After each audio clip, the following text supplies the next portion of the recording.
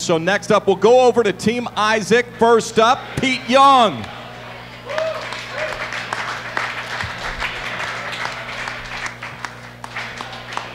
All right, Pete. How you doing this evening? Best day of my life. Well, we'll see if you feel that way after the interview. It'll be talking head Souk this time. And we'll see who he will be impersonating for you. As China hands us the name. Jerry Jones, another owner, Cowboys owner, Jared Jones, as Souk finds the talking head there. We'll see how well he does with the accent. Don't be thrown by the accent now, but we've got 2 minutes on the clock. There you go, Souk. I will not be doing an accent. They're all yours, Pete. I could if you wanted me to, I guess. We're joined now by Jerry Jones, Cowboys owner, and Jerry, you're truly a larger-than-life figure. I'm a bit of a close talker. And really appreciate that. Now, huge offseason for the Cowboys. What would you say right now are the biggest priorities? Well, we got to take a look at what Dez Bryant's doing. We got to take a look at what DeMarco, and we got to do what's best for the Dallas Cowboys long term. Absolutely. Now, the Adrian Peterson topic comes up from time to time. You supposedly talked to Adrian Peterson. Any news on the Adrian Peterson to Dallas possibility? Look, Adrian Peterson's obviously a tremendous talent. We have a lot of appreciation for him. He plays for a different team right now. If he ever ends up in Dallas, we'll talk about it then. But you know, he's a Minnesota Viking, so we're just going to leave it at that.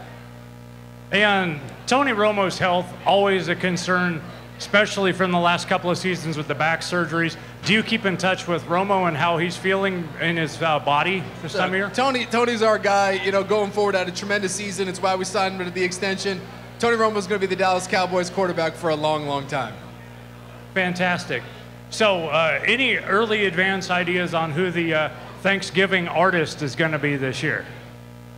That's just something we're just going to have to wait and see. But you know, we do it bigger and better every year. It's what we do in Dallas. It's always bigger here in Texas, and that's just what our fans have come to expect. And I always love seeing the giant red Salvation Army kettles at the Thanksgiving game. Anything new, any new charities that you've come into? You're always a huge charitable giver. Anything you're really excited about that way this year? Well, we're always excited about what we're doing in the Dallas community. We try to give back. We've been so fortunate. You know, again, the Dallas Cowboys just been a wonderful part of this community for a long, long time. We're going to continue to do so. So if I hear you correctly, Mr. Jones, you're excited? Excited about everything. It's good to be Jerry Jones right now. It's good to be a member of the Dallas Cowboys. I imagine so. Well, thank you very much for joining us. Jerry Jones on 1080 The Fan. Thanks. Well done, Pete. A stirring rendition of Jerry Jones from one Souk there. Isaac, what do you think of your boy Pete?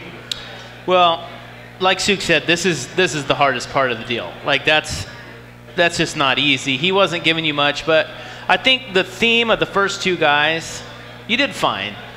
Wasn't the best interview, but the theme for everybody else that's still to come is guys like Jerry Jones and Paul Allen. They give a million interviews, and they're cliche about everything, unless you really find the questioning or the line of questioning that can get them to open up something they're interested in, which you kind of did with the charity thing.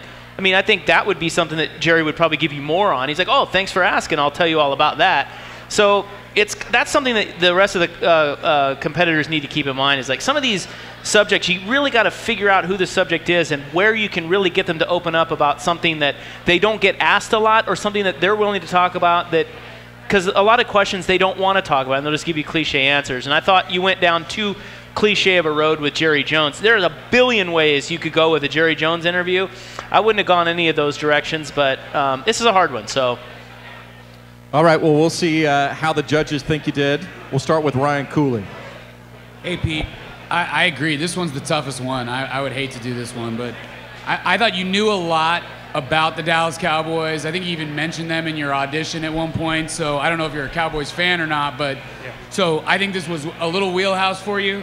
My big thing is more follow-up questions. You know, he gave you some stuff. I know there wasn't a lot there, but I think maybe to Isaac's point, you could have got a little more out of him if you followed up. But again, I like that you went to the charity because I agree. I think that would have got a little bit more of a response. So all in all, good job, man. It's not easy. And a word from Rashad Taylor. Yeah, it's definitely hard to give an interview to somebody you don't know you're going to be interviewing. So I thought you did a pretty good job. It would have been nice to kind of hear maybe some follow-up questions, like particularly maybe which is a bigger priority for you, DeMarco Murray or Des Bryant at that point or anything like that. But other than that, man, I think you did a pretty good job. Well done, Pete. Thank you very much. Take a breath. You're not done yet.